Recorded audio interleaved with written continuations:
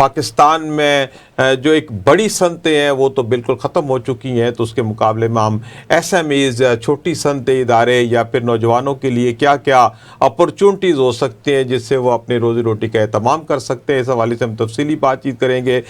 مجھے بریک کے بعد جوائن کریں حسن ابراہیم صاحب، آپ سربراہ ہیں معاشی انقلاب تحریک کے، اور اس کے علاوہ بزنس مین ہیں۔ ان سے ہم پوچھیں گے کہ آج کے نوجوان کے لیے اس سارے کڑے حالات کے باوجود بھی کیا کیا اپرچونٹیز موجود ہیں۔ حسن ابراہیم احمد صاحب، مکالمہ میں خوش آمدید۔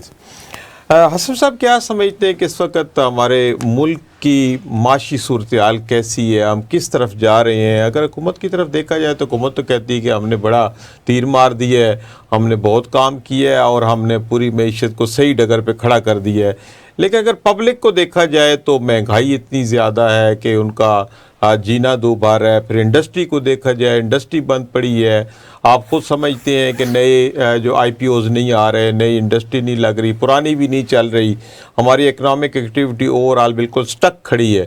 تو آپ کیا سمجھتے ہیں کہ سارے معاملات کو ہم کس طرح سے ڈیل کر سکتے ہیں؟ سب سے پہلے تو جی thank you very much for having می۔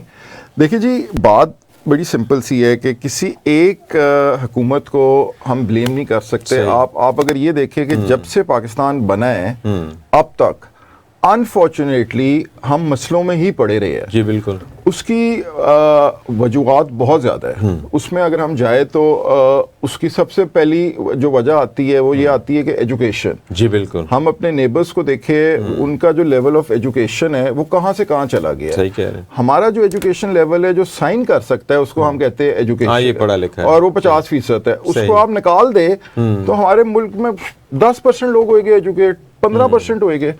تو سب سے پہلے تو ہمیں اپنی ایجوکیشن پہ ورکنگ کرنی ہے اگر ہم نے کہیں نہ کہیں دنیا میں پہنچنا ہے یا اپنے پاؤں پہ کھڑا ہونا ہے۔ درست۔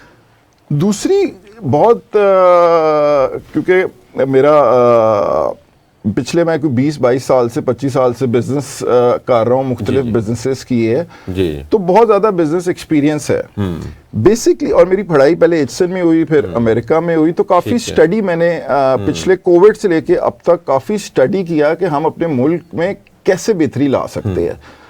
تو سب سے پہلے تو جو میری تھوڑی ریسرچ میں چیز سامنے آئی وہ یہ آئی کہ اسمال بزنسز، جو ملک بھی ترقی جس ملک نے بھی کی ہے اس نے اپنے اسمال بزنسز کو فوکس کیا ہے، اس کو انسینٹیو دیا ہے۔ صحیح۔ اب آپ کو چاہیے فوری طور پہ اپنے ملک کی اکانومی ٹھیک کرنا۔ ایجوکیشن کی طرف آپ جاتے ہیں تو وہ 15-20 سال کی ایک جرنی ہے، اس کے بڑا وقت چاہیے۔ بالکل، اسمال بزنسز فوری طور پہ ہو سکتے ہیں۔ اچھا، یہ جو آپ ذکر کر رہے ہیں نا ایس ایم ای اور یہ جو کاٹیج انڈسٹری ہے، اس کی بڑی ورتھ ہے پوری دنیا میں، آپ بالکل ٹھیک کہہ رہے ہیں، لیکن پاکستان کے اندر بھی کچھ ادارے ہیں بھی، ایس ایم ای بینک بھی ہے ابھی، اور کچھ اس کے حوالے سے کام کیا جاتا ہے، لیکن پراپر نہ اس کے لیے کوئی انڈسٹری دیے جاتے ہیں، نہ کوئی حکومت کی طرف سے پیٹرنیج دیا جاتا ہے، کسی کو پتہ ہی نہیں۔ آپ کسی کو پوچھیں، بلکہ چھوٹا ادارہ کوئی لگا لیں تو ٹیکس والے دیگر اتنے زیادہ محکمے ہیں کہ وہ چلنے ہی نہیں دیتے، ڈسکریج کرتے ہیں۔ تو ایسے حالات میں کیسے ایس ایم ای پاکستان میں چل سکتے ہیں؟ میں بتاؤں، ٹیکس تو بڑی دور کی بات ہے، پہلے تو ہے نا کہ شروع ہوئے۔ ہاں بالکل۔ اب شروع ہونے کے لیے کیا چیز چاہیے؟ شروع ہونے کے لیے سب سے پہلے چاہیے سرمایہ۔ بالکل، جو ایک اب آپ کی ملک کی جو پاپولیشن ہے 40-50% آپ کے یوتھ ہے۔ بالکل ہے، یہ یوتھ گھروں میں بیٹھی ہوئی ہے، ٹھیک ہے نا، بہت اتنی ہمارے پاس جابز ہی نہیں ہیں کہ ہم ان کو دے سکیں۔ بالکل، ان کو لانا چاہیے اسمال بزنسز، ان کے ساتھ جو میں جس پہ ورکنگ کر رہا ہوں، معاشی انقلاب تحریک پہ جو ورک کر رہا ہوں، وہ یہ ہے بیسکلی 3 فارمولا کی ہے۔ سب سے پہلے جو اس کے اندر ہم ورکنگ کر رہے ہیں وہ یہ ہے کہ غریب آدمی کو قرضہ نہیں، صحیح، اس کے بزنس میں انویسٹ کیا جائے، اس کو پارٹنر بنایا جائے۔ انویسٹمنٹ ہماری ہوئے گی، پارٹنرشپ اس کے ساتھ کرے گے 50-50، ٹھیک ہے، کام اور آئیڈیا اس کا ہوئے گا، ٹھیک ہے، جو اس کے کنٹرولز ہے فائنینشیل وہ ہم رکھیں گے، ٹھیک ہے۔ اچھا، لاس سارا ہمارا لیکن پروفٹ 50-50۔ اب یہ جو غریب آدمی ہے جس کی میں بات کر رہا ہوں، یہ آپ سٹارٹ کریں اسٹریٹ ورکرز لیول سے، یعنی ایک بندہ پھول بیچ رہا ہے، ایک بندہ ریڑھی لگائی ہوئی ہے، ایک رکشا کوئی لینا چاہتا ہے، لوور آپ کلاس سے شروع کر کے آہستہ آہستہ اوپر جاتے جائیں، ٹھیک ہو گیا۔ ودن ایئرز یو ول سی کہ آپ کی اکانومی میں کتنی جان آ جائے گی۔ تو یہ جو آپ کانسیپٹ بتا رہے ہیں یہ تو بیسیکلی مائکرو فائنانس کا ہے۔ نہیں، مائکرو فائنانس تو بینک یہاں پہ کافی زیادہ کام، microfinance is entirely a different concept. Microfinance میں کیا ہوتا ہے کہ آپ چھوٹا قرضہ دیتے ہو لیکن اس میں آپ بہت زیادہ مارک اپ لیتے ہو. نارمل بینک اگر لے رہا ہے لیٹ سے 12-13 تو مائکرو فائنانس لے گا 30%. بالکل میں اسی طرف آنا چاہ رہا ہوں, اسی کویسچن کیا آپ سے میں نے. تو کون سا بزنس جو ہے وہ 30% کما کے دے سکتا ہے؟ دے ہی نہیں سکتا, فیزیبل ہی نہیں ہے. ٹھیک ہے نا, تو وہ پورا کانسیپٹ ہی غلط ہے. ٹھیک, تو پھر یہ مائکرو فائنانس کو ہی کیوں نہیں ٹھیک کر لیا جاتا ہے اس بینک کو, چونکہ یہ تو وہ بینک بیسیکلی بنائے جائے گے چھوٹے, جیسے آپ کہہ رہے ہیں کہ ریڈی کے لیے قرض چاہیے, بائک کے لیے قرض چاہیے, کوئی درزی ہے اس کو قرض چاہیے, کوئی ویلڈر ہے اس کو قرض چاہیے. تو پھر اس طرف آپ کی جو تحریک ہے وہ کس طرح کام کرے گی, فنڈنگ کہاں سے آئے گی, ٹریننگ کریں گے, کیسے آپ اپنا سیٹ اپ شروع کریں؟ دیکھیں بات بڑی سمپل سی ہے. جب آپ کی نیت صاف ہوئے اور آپ کے پاس ایک ٹریک ریکارڈ ہوئے تو پھر پاکستان وہ ملک ہے جہاں سب سے زیادہ ڈونیشن دی جاتی ہے. جی بالکل دی جاتی ہے. ٹیکس نہیں دیا جاتا لیکن ڈونیشن بہت زیادہ دی جاتی ہے. اچھا, this is not for one government, یہ تھرو آؤٹ پاکستان کی ہسٹری ہے. یہ تو پاکستانی عوام کا اپنا خاص ہے نا کہ وہ جب بھی ضرورت پڑے, جب بھی وہ محسوس کرتے ہیں تو وہ پیسہ لوٹا دیتے ہیں. ٹیکس اس لیے بھی نہیں دیتے کہ ان کو ٹرسٹ نہیں ہے حکومت پہ. لیکن یہ جو دوسرے ادارے ہیں, این جی اوز جو ریپیوٹیڈ ہیں, ان کو واقعی جب ایدی کا نام لے لیں, اخوت کا نام لے لیں, بڑی بڑی تنظیمیں ہیں ان کو لوگ دیتے ہیں. تو آپ کی جو تحریک ہے کیا اسی طرح یہ آگے آئے گی اور لوگوں کی مدد کرے گی؟ ابھی ہم 3 پوائنٹ ایجنڈا پہ کام کر رہے ہیں. ایک جو پھر سے میں تھوڑا سا جلدی بتا دوں کہ اس کے اندر غریب آدمی کے بزنس کے اندر انویسٹ کیا جائے گا. غریب آدمی کو قرضہ نہیں دیا جائے گا, نہیں اس میں انویسٹ کرنا, اس کے کاروبار میں انویسٹ کیا جائے گا. ٹھیک ہے نا, اور وہ پارٹنرشپ ہو جائے گی. ٹھیک ہے. دوسرا جو ہم جس پہ کام کر رہے ہیں کہ ہم جو پاکستان ہے وہ بنا ہے اسلام کے نام پہ, اور ہماری بدقسمتی یہ ہے کہ یہاں 90% لوگوں کو قرآن شریف کی ٹرانسلیشن نہیں آتی. ہاں جی, تو اس میں کچھ یہ ہمارے ہر گھر میں یہ رواج ہے کہ جی عربک پڑھو, بچے کو پڑھاتے ہیں, عربک پوری ہوگی تو ٹھیک ہے, بس ٹھیک ہے. اب آپ کیسے ایک اچھے مسلمان بن سکتے ہو جب تک آپ کو ٹرانسلیشن نہ آئے؟ یہ تو بہت ضروری ہے. سو ایک ہماری یہ تحریک کا حصہ ہے کہ ہم اپنی جو قرآنک ٹرانسلیشن ہے عربک, وہ اسکولوں کے اندر لوگوں کو قرآنک عربک سکھائے. جی ٹھیک ہے. تو اس سلسلے میں ہمارے جو تحریک کے سینئر موسٹ ممبر ہیں ناصر خان صاحب, جی انہوں نے اپنی پرسنل فنڈنگ کر کے پورے سلیبس بنائے. ٹھیک ہے. کے پی کے اندر کشمیر کے پورے 8000 اسکولوں میں انہوں نے اس کو امپلیمنٹ کر دیا ہے. کے پی کے اندر بھی امپلیمنٹ ہو گیا ہے. اب ہم انشاءاللہ پنجاب کے اندر کوشش کریں گے امپلیمنٹ کرنے کی. تو یہ آلریڈی اس وقت یہ جو میں قرآن کی بات کر رہا ہوں, قرآن شریف کی عربک کی, یہ کافی امپلیمنٹیشن اس کی ہو رہی ہے. صحیح. تیسرا جو ہمارا پوائنٹ ہے کہ جو ایجوکیشن پہ شروع میں بات کی تھی, ایجوکیشن کو اب یہ ڈیجیٹل دور ہے. آپ گاؤں میں جا کے جو اسکول آپ نے بنانے ہیں, انفراسٹرکچر پہ آپ نے خرچ کرنا ہے, آپ ڈیجیٹل سکولز بنائے. ڈیجیٹل سکولز کا اب دیکھیں اچھے ٹیچرز گاؤں نہیں جائیں گے, آپ جو مرضی کر لے نہیں جائیں گے. صحیح بات ہے. اب وہ اپنے لاہور میں بیٹھ کے لیٹ سے ایک آپ ڈیجیٹل کیمپس بناتے ہو, آپ پوری ولیج کو پڑھا سکتے ہو. تو اس پہ ہم ورکنگ کر رہے ہیں. یہ 3 چیزوں پہ ہم لے کے چلے ہیں. صحیح. تو انشاءاللہ دیکھیں. اچھا, ایک بزنس مین بھی ہیں, تو ابھی جس وقت پاکستان میں انرجی کی صورتحال ہے, اتنے کرائسس بڑھ گئے ہیں, پیٹرول ڈیزل انتہائی مہنگا ہو گیا. ہماری بہت ساری انڈسٹری ہے جو ڈیزل پہ بھی چلتی ہے, اور اوور آل ٹرانسپورٹ دیکھ کے ساری اس پہ چلتی ہے, تمام جو ذرائع نقل و حمل ہیں.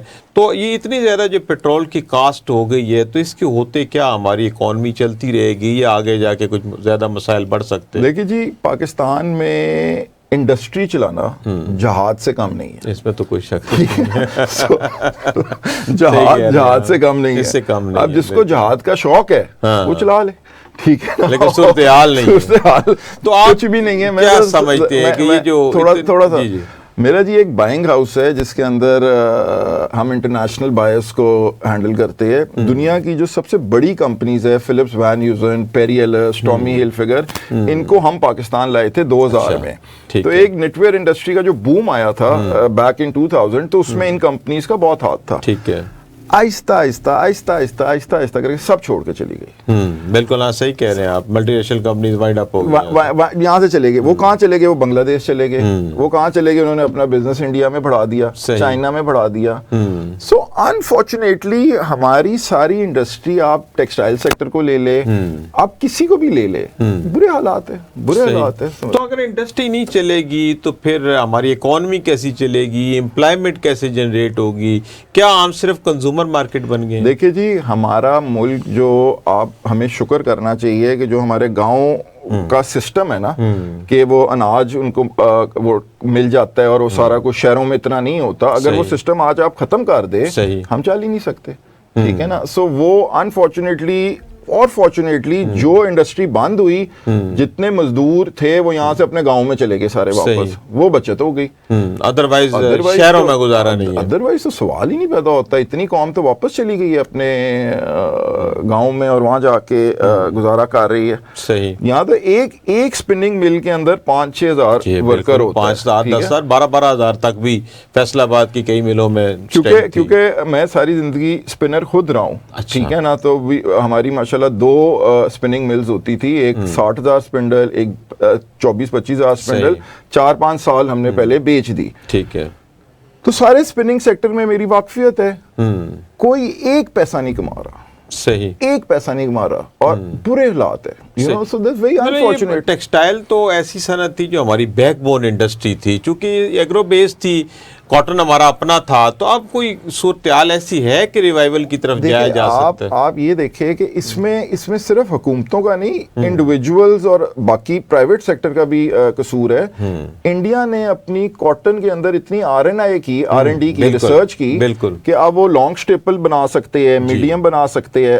ہم وہی بناتے رہے, نہیں مقابلہ کر پائے. گورنمنٹ کی بھی سپورٹ ان کو تھی, خود بھی ان کا وہ تھا, ویژن تھا. اب آپ دیکھیں ہم کاٹن کے نمبر 2 مینوفیکچرز ہوتے تھے, اب بنتی نہیں ہے, اب بہت لوگ کم اگاتے ہیں کاٹن. تو یہ کیا وجہ بتائی جاتی ہے کہ شوگر انڈسٹری بھی بہت بڑی ذمہ دار ہے کہ جہاں پہ کاٹن کراپ ہوتی تھی وہاں پہ آپ شوگر کین اگا رہے ہیں؟ کیا یہ بھی کوئی ایک فیکٹر ہے اس کو؟ دیکھیں علی صاحب, اس میں ذمہ دار کی بات نہیں ہے. کسان نے وہاں وہ اگانا ہے جس میں پیسے بننے ہیں, سمپل سی بات ہے. جہاں اس کے 2 پیسے زیادہ بنے گے اس نے وہاں جانا ہے. کاروبار ہے, روزی روٹی ہے, جس کو جہاں بنے گا. اس میں کوئی اصول نہیں ہے, اس میں تو کوئی ایسی بات نہیں. جہاں سے کمائی زیادہ ہے جہاں سے کمائی زیادہ آئے گی. اب سپننگ جو ہے وہ خود بند پڑی ہوئی ہے, تو اس نے کاٹن اگا کے کیا کرنا ہے. صحیح, دیکھیں صحیح, ٹھیک ہو گیا. اچھا, آپ کیا سمجھتے ہیں آپ کے کنونشنل ایکسپورٹ تو ہماری بالکل سٹک ہو گئی ہے, تو نان کنونشنل ایکسپورٹ جس میں خاص طور پہ IT کا بہت بڑا کردار ہے, اور ہمارے نوجوان کوشش بھی کرتے ہیں.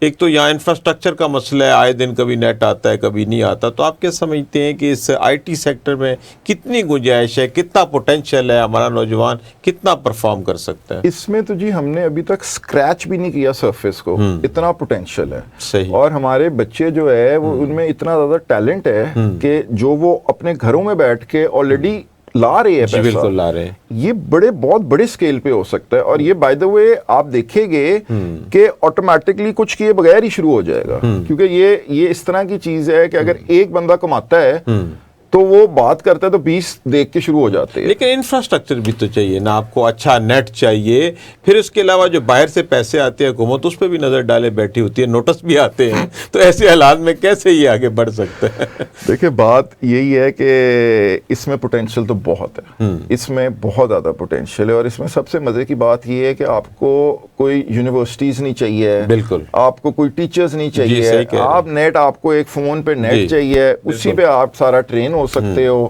اور آپ پیسے کما سکتے ہو. اور لوگوں نے شروع کر دیے, بچوں نے کما رہے ہیں. ٹھیک ہے. اس میں obviously اگر اویئرنیس گورنمنٹ دے, پورے ایک پروگرام چلائے, اویئرنیس دے, اس کے پروگرامز بنائے, تو یہ بڑھ جائے گی بہت زیادہ. یہ تو ساری اویئرنیس کی گیم ہے نا. مارکیٹ تو دنیا کی اتنی زیادہ بڑی ہے, ہو گئی ہے. بس جو انٹرنیٹ چاہیے بچوں کو, بیسک چھوٹا سا انفراسٹرکچر چاہیے, اس کے لیے قانون سازی چاہیے کہ اگر کوئی باہر سے پیسے آتے ہیں تو پھر آپ اس کے اوپر کوئی قدغن نہ لگائیں. اس طرح کی چھوٹی موٹی چیزیں ہیں, یہ کر کے اس کو آگے بڑھا جا سکتا ہے. اچھا, اصل چیز وہ جس پہ ہم ڈسکس کر رہے تھے, ایس ایم ای اور آپ کی جو تحریک ہے, معاشی تحریک, وہ اس کو سپورٹ بھی کرنا چاہ رہی ہے. تو اب ہم اپنے ملک میں یہ ایس ایم ای کا کس طریقے سے نیٹ ورک بنا سکتے ہیں, چونکہ ہنرمند تو بہت ہے پاکستان کے اندر بہت زیادہ, تو ہم کس طریقے سے اس کو چینلائز کر سکتے ہیں؟ دیکھیے جی, when there's a will there's a way. جب آپ کی ول ہوئے گی تو کام ہو سکتا ہے. یہ دیکھیں, آپ نے سب سے پہلے ریلائز کرنا ہے, کسی بھی اگر آپ بیلنس شیٹ دیکھتے ہیں تو اس میں لائبلٹی اور ایسٹ دیکھتے ہیں. جی بالکل. اب یہ جو آپ کی یوتھ ہے 40% یوتھ یا 50% یوتھ, یا یہ لائبلٹی بن سکتی ہے یا یہ ایسٹ بن سکتی ہے. بالکل اب آپ نے اس کو بنانا ہے ایسٹ.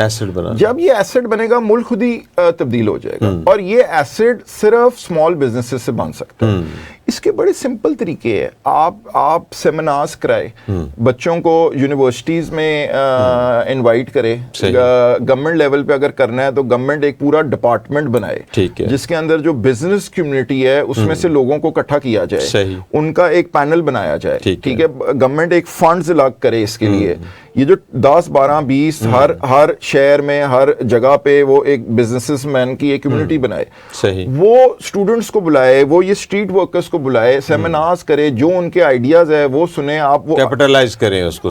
آپ بیسکلی وہ ہے, آپ نے شاید دیکھو شارک ٹینک بڑا مشہور ہے, اس کے اندر لوگ آتے ہیں اپنا آئیڈیا پچ کرتے, اسی چیز کو آپ بہت نیچے لیول پہ لے جائے, لوور کلاس پہ لے جائے, پچ کرے, وہ اپنا آئیڈیا جو سمجھ آتی ہے اس کی ایک کمیٹی بنائے, انڈیپینڈنٹ آڈیٹرز بنائے جو آڈٹ کرے ایک ایک چیز کا. ٹھیک ہے, لیٹ سے 50 60 100 بزنسز ہے, کیونکہ چھوٹے بزنسز ہیں, ان میں ایک فرم آڈیٹر کی آ جائے, آڈٹ کرے جو ایکسیپٹیبل ہوئے, ایس ایس سی پی اپرووڈ ہوئے. بالکل ٹھیک ہے. آپ دیکھیں کہ پاکستان سٹاک ایکسچینج جو ہے, میرا کیونکہ میرے والد صاحب جو تھے وہ لاہور سٹاک ایکسچینج کے فاؤنڈر تھے, پریزیڈنٹ بھی رہ چکے ہیں.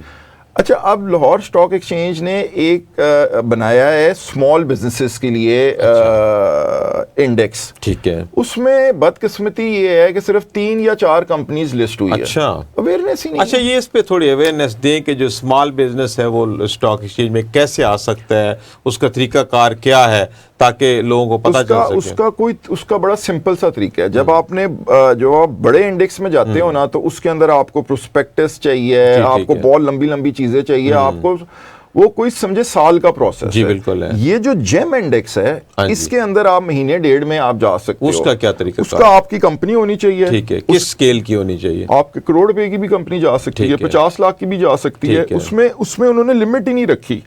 سو اچھا, آپ لیٹ سے آپ کے پاس 50 لاکھ ہے, آپ کہتے ہیں جی میرے پاس 50 لاکھ ہے, مجھے 50 اور چاہیے. ٹھیک ہے, تو 50% آپ کے پاس ہوئے گی, 50% کے پھر وہ انویسٹرز آ جائے گے اور آپ کی لسٹنگ ہو جائے گی. صحیح. سو اب وہ یہ کتنی اچھی چیز بنی ہوئی ہے, اس کی اویئرنیس انفارچونیٹلی تو اس کا لیگل پروسیجر کیا ہے؟ خود سے کوئی کمپنی اونر کر سکتا ہے یا اس کے لیے کنسلٹنٹ چاہیے؟ کیسے کرنا ہے؟ آپ بیسکلی لوگ کنسلٹنٹ بھی ہائر کر سکتے ہیں, لیکن ضرورت نہیں ہے. آپ کے ایس سی کی سائٹ پہ جائے, پی ایس ایکس کی سائٹ پہ جائے, جیم انڈیکس پہ جائے, جیم انڈیکس اس کی ریکوائرمنٹ پہ جائے. ٹھیک ہے, وہ ایک شیٹ نکل آئے گی. ٹھیک ہے, وہ شیٹ میں 8-9 پوائنٹس ہے, صرف کوئی لمبی چوڑی گیم ہی نہیں ہے. یہ جیم انڈیکس کی میں بات کر رہا ہوں. جیم انڈیکس بالکل. جو دوسرا ہے, جو مین انڈیکس ہے, وہ تو خیر بڑا لینتھی وہ لینتھی پروسیس ہے. جی ٹھیک ہے. تو یہ دیکھیں نا, آپ جو میں پہلے بات کر رہا تھا کہ وہ کمپنیز آپ انویسٹ کرتے ہو ان کے ساتھ, اس کے بعد آپ ان کو جیم انڈیکس میں لسٹ کر دو, تو وہ تو ایک سرکل ہے نا.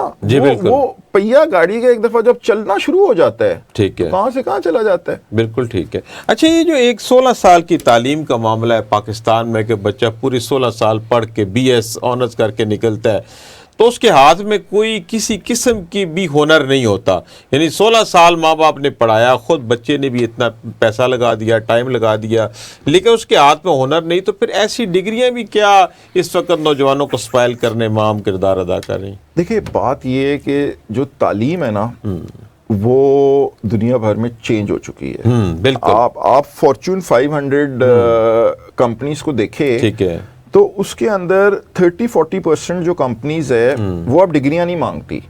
وہ کہتی ہے آپ کی ٹیلنٹ کیا ہے, آپ کی کوالیفیکیشن کیا ہے, آن لائن آپ نے کیا کیا سیکھا ہوا ہے, اسکل کیا ہے. صحیح. On line. صحیح. اب آن لائن اتنی زیادہ تیزی سے زیادہ ایجوکیشن آ رہی ہے, تو وہ بہت ضروری ہے. لیکن ہیونگ سیڈ دیٹ, یہ تعلیم بھی بہت ضروری ہے. لیکن ہمارے جیسے معاشرے کے لیے, جہاں پہ بڑی مشکل سے والدین یہ افورڈ کرتے ہیں, بعد میں 16 سال بعد بچے کے ہاتھ میں ہنر نہیں ہوتا, تو یہاں پہ اسکل ڈیولپمنٹ کے حوالے سے کام کیوں نہیں کیا جا رہا؟ اصل میں یونیورسٹی کی جگہ ہمیں اسکل ڈیولپمنٹ کے ادارے چاہیے, تو وہ کیوں نہیں بن پا رہے؟ اسکل ڈیولپمنٹ سے کیا مراد ہوئی آپ کی؟ جی, آپ جیسے آپ نے کوئی بھی آپ نے ٹریڈ سکھانا ہے، جیسے کہ بچہ اگر وہ ایڈلٹ ہوتا ہے، دیکھیں یہاں پہ جو پاپولیشن ہے پاکستان کی تو غریب لوگ ہیں، جیسے آپ نے خود کہا ماسز ہیں آپ وہ رورل ایریا کے اندر، اب وہ میٹرک کرے تو اس کے ہاتھ میں کوئی ہنر ہو، اگر تو وہ کنٹینیو کر سکتا ہے اپنی تعلیم تو کرے، نہیں کر سکتا تو کم از کم ایک ہنر اس کے ہاتھ میں ہونا ہنر سے کیا میں تھوڑا سمجھ کوئی اسکل ایک ہونا چاہیے، وہ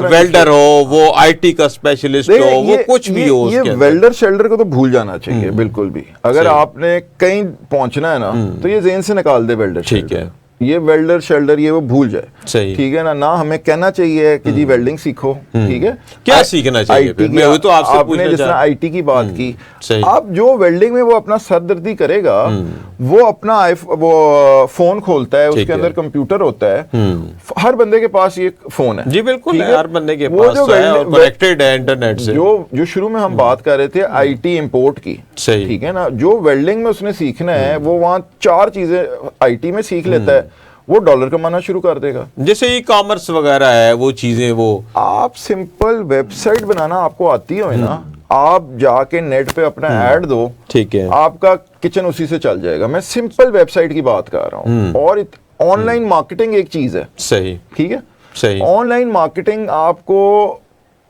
10 دن کا کورس ہوئے گا، جی بالکل، ٹھیک ہے، 10 کا بھی نہیں ہوئے گا، یہی شارٹ کورسز ہے نا، یہی اسکل ڈیولپمنٹ ہے، ہاں یہ اسکل ڈیولپمنٹ ہے، اس کی طرف توجہ دینا بہت ضروری ہے۔ یہ ویلڈنگ شیلڈنگ یہ وہ اس کو بھول جانا چاہیے ہمیں، مطلب کوئی بھی اسکل ہے انسان کے ہاتھ میں ہونا چاہیے تاکہ وہ جب بالغ ہو تو کم از کم وہ ایک اپنی فیملی کی اکانومی میں کنٹریبیوٹ کر سکے۔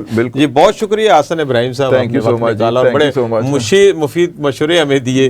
جی ناظرین، آپ حسن ابراہیم صاحب کی گفتگو سن رہے تھے، ان کا کہنا ہے کہ ہمارے جو معاشی مسائل ہیں اور جو اس وقت نوجوانوں کے مسائل ہیں، اس کا سب سے بڑا حل جو ہے وہ چھوٹے صنعتی ادارے ہیں، چھوٹے کاروباری ادارے ہیں، جس کو ایس ایم ای کہا جاتا ہے، اور ان کا کہنے کا مقصد یہ ہے کہ جو مائکرو فائنانس بینک ہے، جن کا انٹرسٹ ریٹ 30% تک چلا جاتا ہے، جو کہ افورڈیبل نہیں ہے کسی بھی نوجوان کے لیے، کسی بھی کاروباری ادارے کے لیے کہ وہ اس سے فائدہ اٹھا سکیں، تو اس کے مقابلے میں ہمیں جو نوجوانوں کے ساتھ پارٹنرشپ کرنی چاہیے، ان کے نفع نقصان میں شامل ہو کے ان کو کی ٹریننگ کرنی چاہیے، اور انہوں نے مشورہ دیا ہے کہ نوجوانوں کو بڑی ڈگریوں کے بجائے چھوٹے سکلز، خاص طور پہ آئی ٹی کے حوالے سے کہ ویب سائٹ کیسے ڈیولپ ہوتی ہے، دیگر آئی ٹی کے چھوٹے چھوٹے جو کام ہیں ان کے ذریعے یہ ایک بڑا اہم کردار ادا کر سکتے ہیں۔ اسی حوالے سے آپ تفصیلی بات چیت سن رہے تھے۔ ناظرین، اسی کے ساتھ پروگرام کا وقت اپنے اختتام کو پہنچتا ہے۔ اپنے میزبان سعید علوی کو اجازت دیجیے، اللہ حافظ۔